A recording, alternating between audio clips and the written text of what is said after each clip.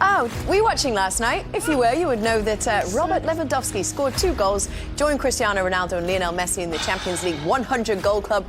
And when we spoke to the Barcelona star after the game, he had a very special request for Thierry and Micah. Robert, tomorrow we have a part of the show where we look at the Champions League table and we call it Table Time. And we put the music on and me and Micah Richards, we dance to it. Now, I know you like to dance a little bit. Do you recommend a style of dance, whether it's country, pop? Oh, I see you guys that the reggaeton will be the best for you. Jamie has a special voice that he uses with people who are not from here, don't you? So do you when you do the boxing. Whatever.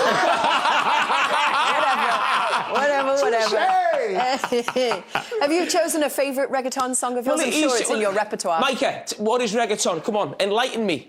Gilbert, run the rhythm. Oh, listen. Yeah, buddy. Slow down. Oh. Yes. You said, oh. Yes. Yeah, there we go. Little 2-step one.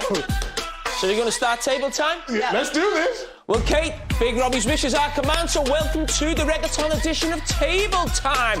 Micah, plenty of moving and shakers this week. Yes. Perfect. Liverpool waltzed to #1 in the table as they waltzed past Real Madrid, but it was La Dolce Vita for Serie A. Yes. Inter Milan won again. In here, the Nerazzurri up to second. Number 2. Atalanta as well in the top 5. AC Milan and Captain America, your mate. Yes. Captain America, baby. He had his dancing shoes on again, didn't he? Come on, you're supposed to be moving, Jamie. And congrats, America. PSV's Malik Tillman. Malik. The man, the first American. He scored 2 goals in the Champions League game. And Ricardo Pepe got the winner. Pepe. So we're at PSV. Come on, enlighten me. Show me. There we go. And also, our congrats to our big friend who chose the music tonight, Mr. Lewandowski. Barcelona, where are they? There, number 3. They're flying. In 3rd, they are. Look at Bayern Atletico Madrid. Where are they, big meats? Come on, help me out. Atletico Madrid. They're still in the knockout play. I mean, look where Real Madrid are. 24, Jamie. Do you know who they've got next? Who? They've got Atalanta away. Yes. That's a tough game. They've had great success in Europe. Can they make the top 8? Atalanta will, I feel, but Real Madrid could be in the elimination zone. Next time we actually do table time, but down in the elimination zone. Talk to me, who's in there? PSG, Jamie. Oh. We didn't see that, did we? I don't think they're going to get through. I'm not sure about that. I'm pretty disappointed with Stuttgart. I am. On the back of what they did last season, I think that's really poor. But, would you believe, and what's really special, 67 goals over the 2 nights we've had. I think you need to give me a bit more now, Jamie. Come on, Let's go. Let's go. The most ever in the Champions League over 2 nights. And Mika, 6. Not very nice. Now that's what I call a happy Thanksgiving. That's it for table time, or the best time on the show. What is that? What was that, Jamie? Thanksgiving dinner is coming right up. Stay with us, everyone. We'll be right back. So much going on. It is hard to keep up. Welcome back to our studio. It's so good to have you with us. Come on in. Come on in. Come and join us for the next hour. Jamie Carragher came in confident and will leave validated tonight. Yes. I can't wait for table time. Oh, are we doing that tonight, are we? Oh, we're doing that tonight, Can you do it by baby. yourself? I'll do it whenever I want. Whatever what? Your American accent, awful. What about your American accent? Pretty good, apparently. Well, I according believe to so. Twitter. Yeah, I was reading social media. Yep. On Oh, after the fight? After the fight, yes, you were American then, waiting for the fight. Was I? Was I really? I don't know what people get so het up about. You know, live and let live. That's what I think. You've had a bit of a little stick on social media. Golasso Show. If you were watching the Golasso Show with Nico and Welcome. Nigel, welcome along. It's good to have you with us as well. Unfortunately, that interrupted Jamie's rant, but never mind. Did you mention Nige as well? He said Nico. I said Nico and Nigel. Oh, did you? Okay, Yeah, just I always mention Just double check Nigel. him. Can't forget Nudge. Nope, you can't. You absolutely can't.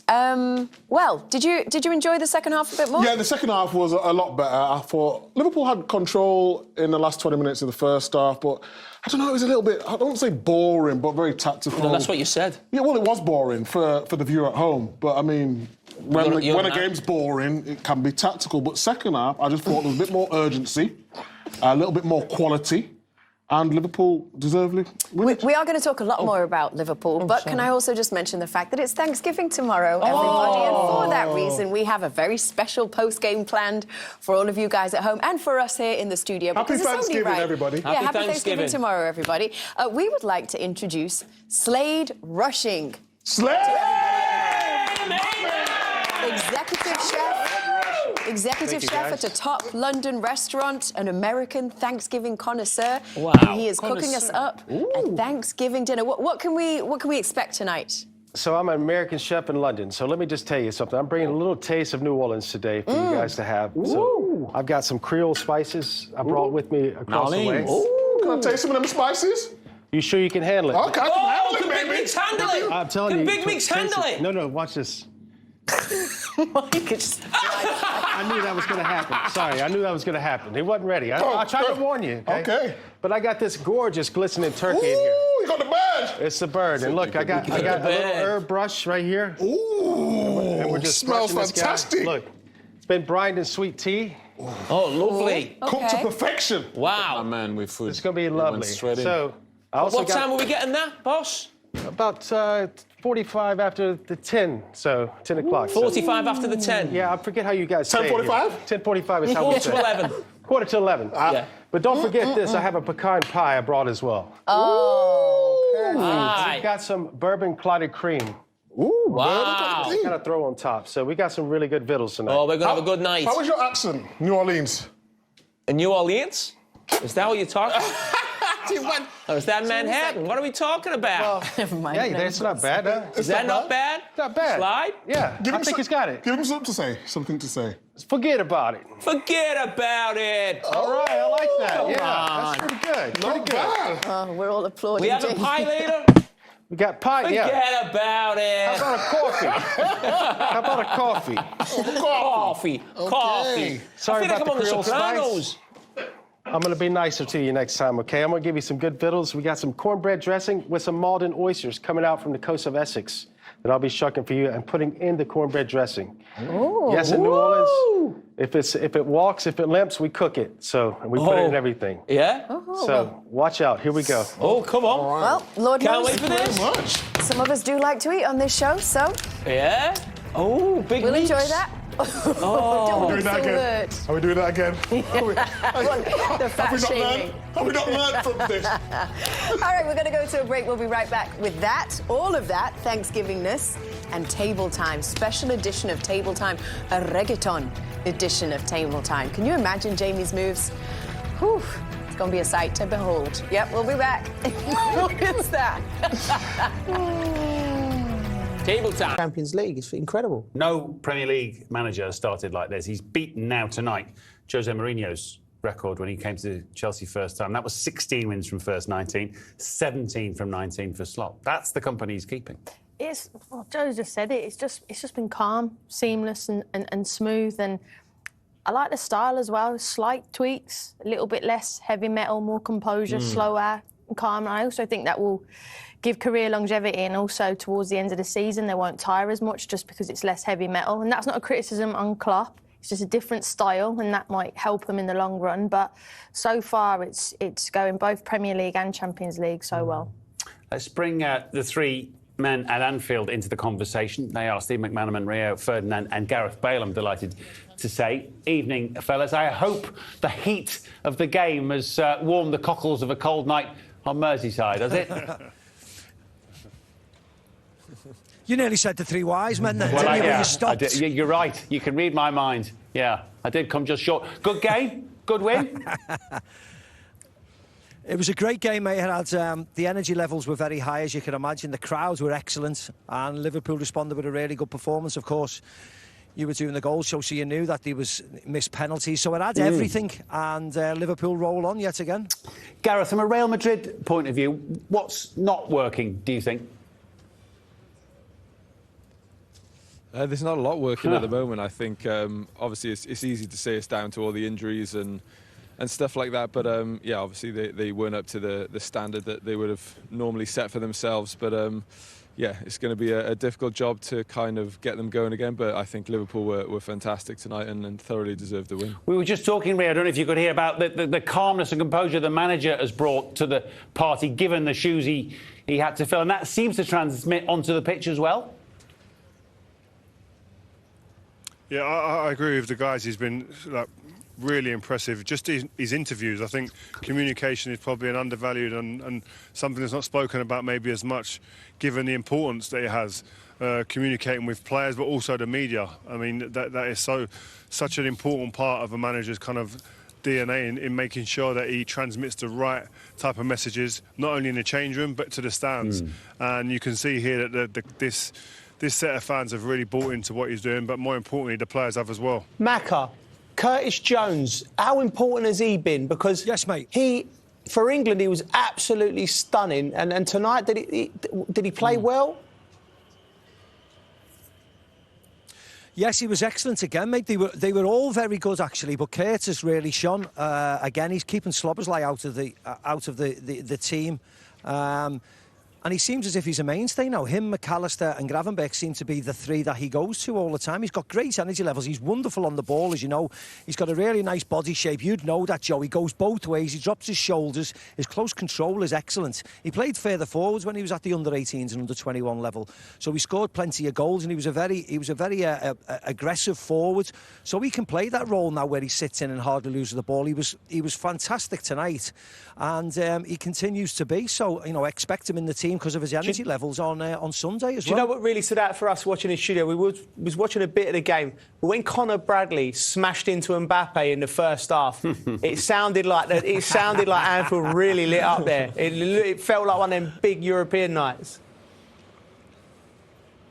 Joe, we were sitting there, me and Gareth, together in the studio, and said, like, there's not many places in the world where a tackle gets a bigger roar than a goal. And it felt like that here today, didn't it? It was insane. Crazy. If you were outside the stadium, you would have thought there was a goal. Yeah. You would. No, I was just going to ask about Bradley, but you kind of nicked me question, Sorry, Joe. Ken. Sorry, No, Ken. but it was just on, like, again, his performance. You got Trent on the bench without, you know, coming to the end of his contract. He stepped up. He was against Mbappe tonight. Like, how good was he? Like, you watching him live? Because that is a big moment for him in his career. Oh, yeah.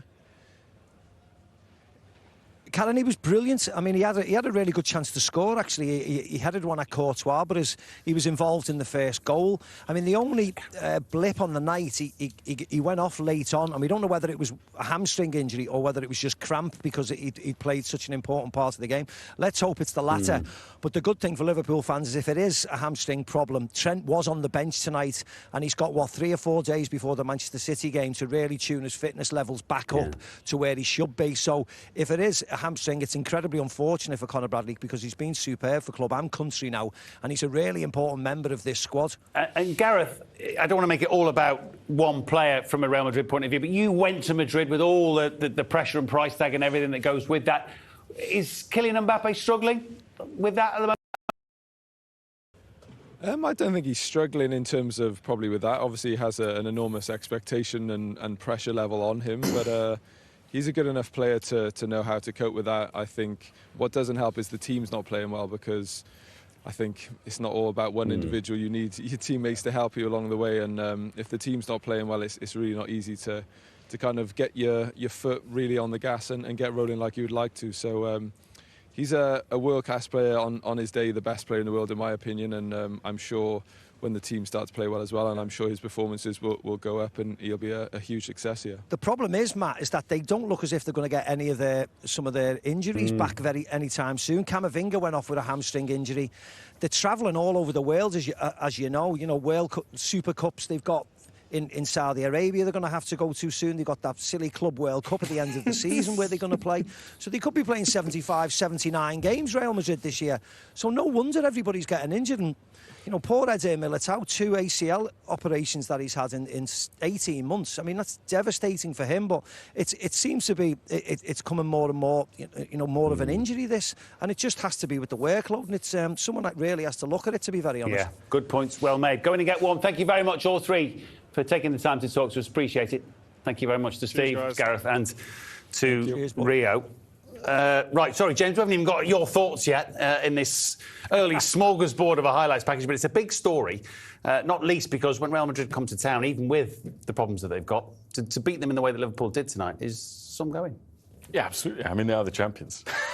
They have been the team of the last decade under several different coaches. And I think for Slot, you know, you just keep ticking off, don't you? The tests that he passes. Yeah. And I mean, Karen, you wanted to highlight McAllister's role in this goal. He started it and he never got marked. He was always in constant space. Then in this little bit, tight, quick movement, and he gets his shot off really early. Because I was saying to Joe, it's not in the corner, but because he takes the tight touch and the quick shot, it catches Courtois off guard. And Courtois was outstanding tonight. So to do that, and then the short corner. Yeah, the short corner, Robertson plays it. And look, he just floats it in. But what that does, when you play a short corner like it messes up your system. They try to get out to the 6-yard box, and you end up all at 6s and 7s. You get 5 lads ahead at the front post, and you end up with Luka Modric at 39 trying to jump. Luka Modric was the only player in that who was actually switched on. He actually tried to. If you look at Gakpo, he must have been thinking, "How is this happening? I've got the whole goal here. Just need to watch it, guide it onto head. It's lovely." But that was just little things like that start to go wrong when you're missing big players like your Militao. Yeah. You defensively they look very, very fragile. Nothing really seems to faze Carlo Ancelotti, but where's the eyebrowometer, would you say, at the moment? It's probably at 7. But look, I think the injury crisis is something that it's one thing to balance a load of superstars. It's another thing to balance a team where you've got holes everywhere. You know, your quickest centre back, Militao, as Micah was just saying, double ACLs.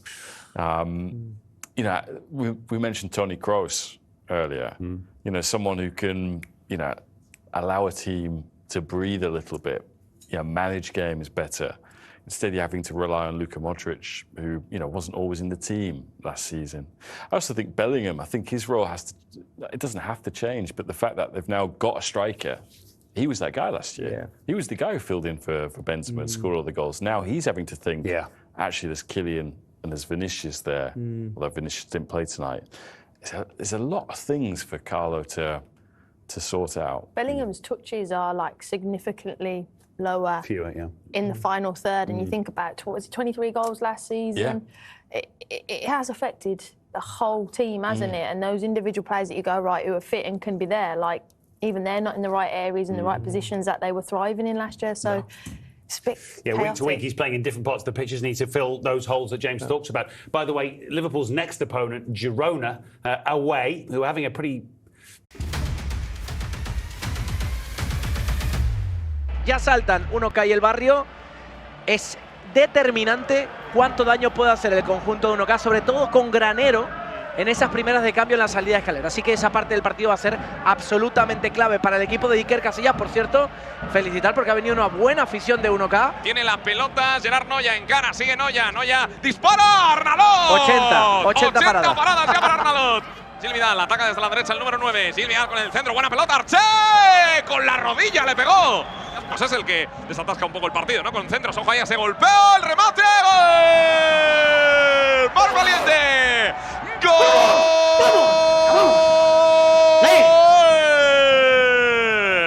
Del Barrio, marca Mar Valiente.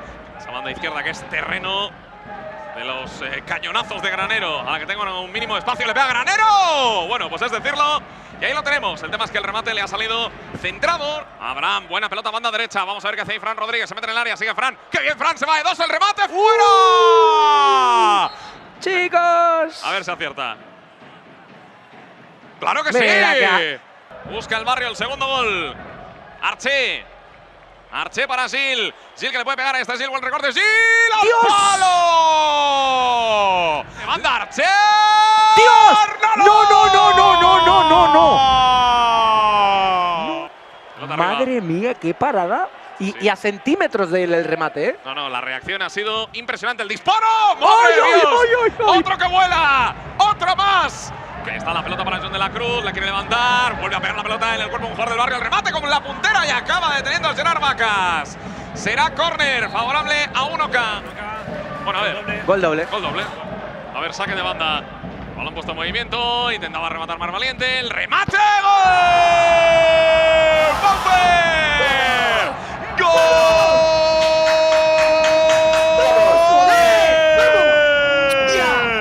¡Del Barrio! ¡Le pegó con el alma! ¡Paufer! Y es. ¡Penalti ¡Madre normal! mía lo de los penaltis! ¡Penalti normal! Y el que quiere hacer el 0-3 es el número 4 de Pega Valiente. ¡Vaya cañón! ¡Gol!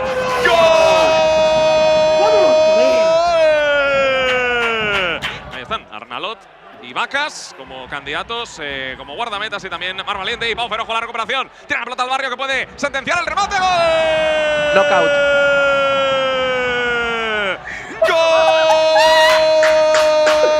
¡Let's go, Barria! Ponme el 5, ponme el 5. El cambio del partido ha sido radical en los últimos 10 minutos. El balón que lo tiene. ¡Ojo! ¡Ay, ay, ay, ay, ay, ay, ay! Jaimitada. Marca de nuevo el Barrio, gol de Fran Fuentes. El equipo de Juan Arroita, que no ganaba un encuentro con esta tranquilidad, entre comillas, al final, con un margen tan amplio, con 2 goles dobles que han hecho pasar el partido del 0-3 al 0-7. Paufer, ha costado, pero por fin ha llegado esa victoria tan deseada con goleada. Ha costado mucho, pero bueno, le damos emoción hasta el momento final, recta final, y ahora, pase lo que pase con Pío, nos lo jugaremos contra ellos. Eso te iba a decir, pase lo que pase con Pío, la semana que viene, o ellos, o tú, o tu ex equipo, o tú. Bueno, o el Barrio o ellos, pero sí. La vida, yo qué sé, no sé, son cosas muy raras que suceden, pero ahí estaremos. Ahora estoy en el Barrio, así que espero que gane el Barrio. Enhorabuena y a disfrutarlo. Gracias.